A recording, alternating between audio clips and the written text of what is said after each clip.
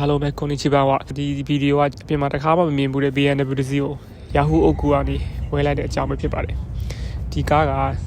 စိုက်တာမကန်မှာရှိနေပြီးတော့ကျွန်တော်ကရောဂောကန်ရဲ့6ဘေးမြို့မှာနေတာဖြစ်ပါတယ်ဆိုတော့အကြမ်းဖြစ်ပြောရလို့ရှိရင်ကျွန်တော်နဲ့ကားရှိတဲ့မြို့နဲ့ကြားထဲမှာကီလို900ကျော်ဝေးပြီးတော့ကျွန်တော်စီစဉ်ရတော့ကျွန်တော်6ဘေးကနေစိုက်တာမထိရှင်းကန်ဆန်နဲ့သွားမယ်ဒီဟိုကနေကားကိုမောင်းပြလာမယ်ဆိုတော့ကျွန်တော်တို့ကားသွားယူရင်လည်းဘာလို့ကျွန်တော်ဒီကားကိုဝယ်လိုက်လဲဒီကားနဲ့ပတ်သက်တဲ့အကြောင်းနဲ့ကျွန်တော်လည်းအကြမ်းမြင်လေးပြောပြမယ်ဒီကားကဂျပန်ယန်နဲ့တွက်လို့ရှိရင်1050တန်ဖိုးရှိတယ်1050ဆိုတာဒီမြန်မာငွေနဲ့ပြောလို့ရှိရင်အခုလက်ရှိပေါင်စင်းနဲ့တောင်မှ140ဝန်းကျင်လောက်ပေါ့နော်တကယ်ကိုတော်တော်လေးကိုပေါ်တဲ့ကားတစ်စီးဖြစ်နေတယ်ပြောရရင်တောင်းတန်းလူတွေဘယ်သူမှမဝယ်ရဲကြဘူးဘာဖြစ်လို့လဲဆိုတော့ငကိုတဲ့ BMW ဆိုတာအဲ့လိုမျိုးကီလိုအများကြီးမောင်းလာပြီးတော့တက်တန်းတစ်ခုကြာလာလို့ရှိရင်တိတ်ပြီးတော့ reliable မဖြစ်တော့ဘူးလို့ပြောကြတယ်အရင်အန်ဒီရများတာပေါ့နော်ကျွန်တော်နဲ့တည်တဲ့ကားနဲ့ပတ်သက်တဲ့အကိုတွေဆိုလို့ရှိရင်ဘယ်လိုပြောလဲဆိုတော့အဲ့ဒါချိန်ကိုက်ပုံလို့ပြောတာပေါ့နော်။မြန်ချိန်ကိုက်ပုံကြီးပဲချင်းထောက်ပေါက်မလဲမသိဘူးဆိုတာမျိုးနောက်ကျတာပေါ့။စကားရတော်တော်ရှည်နေပြီဆိုတော့ကားသွားယူအောင်ကျွန်တော်အခုရထားစီးနေတာရှင်းခန်းဆန်စီးလာတဲ့အခုဆိုလို့ရှိရင်တိုကျိုရောက်ပြီတိုကျိုမှာကျွန်တော်နဲ့တူကားလိုက်ယူပေးမယ်တိုကျိုသားရန်ကုန်သားလို့ပြောပါတော့တတိယပြန်တိုကျိုသားသူနဲ့တွေ့ပြီးတော့အခုကျွန်တော်တို့စိုက်တာမမျိုးကဒီစတဲ့အခီဆိုတဲ့ဘူတာကိုရောက်လာတယ်။ကျွန်တော်ကားပထမဆုံးစားတွေ့ပြီးပြင်မှန်းကြည့်တယ်ကာမစိုးဘူးပေါ့နော်ပြီးတော့ကျွန်တော်ဆက်နှုတ်ကြည့်မယ်ဒီဆက်နှုတ်ကြည့်တဲ့အချိန်ကကျွန်တော်တို့တကယ်ကိုရင်ခုန်ဆုံးနဲ့အကြောက်ဆုံးပဲဘာဖြစ်လို့လဲဆိုတော့ဆက်ကနိုးပါမလားကျွန်တော်မသိဘူးဆက်နိုးပြီးရောကားကဘာတွေအဲ့ဒါတက်နေမှကျွန်တော်မသိဘူးပြီးတော့ BMW လိုမျိုးဂျာမနီကားတွေဆိုတာကအကုန်လုံးကွန်ပျူတာနဲ့ထိုးဆေးရတဲ့ကောင်တွေကျွန်တော်အဲ့ဒီကြောင့်လည်းတော့မှမသိဘူးနောက်တစ်ခုစိုးရိမ်တာပါလဲဆိုတော့တကယ် error တွေရှိနေပြီသူတို့က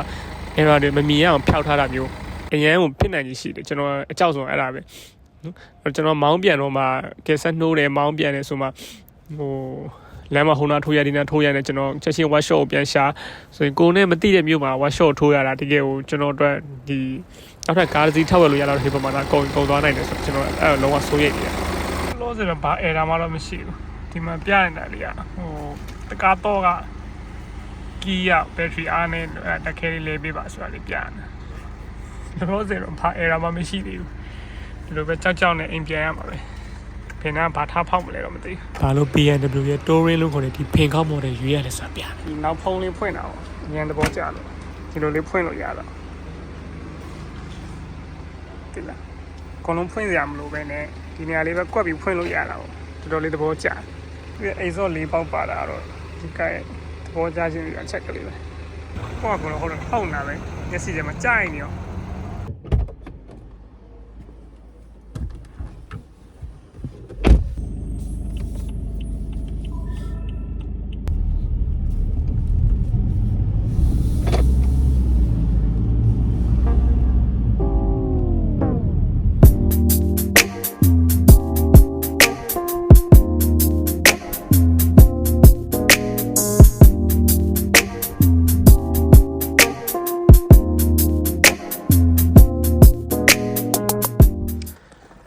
ဆိုရင်တော့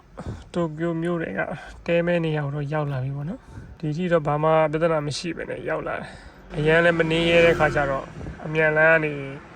ပုံမှန်ပဲအလုံးစုံ80လောက်ပဲမောင်းပြီးတော့ပုံမှန်လေးမောင်းချလာတာပေါ့နော်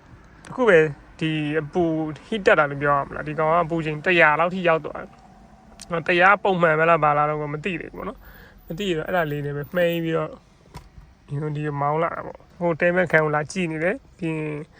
ပြန်ထွက်ပြီးတော့ထမင်းပိုင်းသွားစားအောင်မယ်ပြီးတော့မှပြန်လာပြီးညကြမှာ AC အိတ်ပဲပေါ့နော်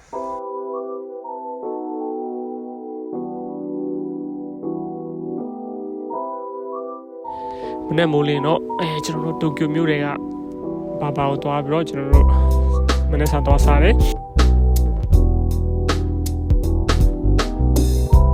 တိုကျိုမြို့တွေမှာဟိုဒီရှောက်လေတယ်ပေါ့နော်တောသားမြို့တက်ဆိုတော့တည့်တဲ့အတိုင်းပထမဆုံးသွားတာကတော့ကျွန်တော်တို့ရှိဖို့ရမှာရှိတဲ့ဟာချီကိုခွေးရုပ်ပေါ့နော်ပြောတာတောသားကျွန်တော်တယောက်တည်းမဟုတ်သူ့လာကြည့်ချင်တဲ့တောသားရဲ့ကဘာလုံးကလူတွေအများကြီးပဲ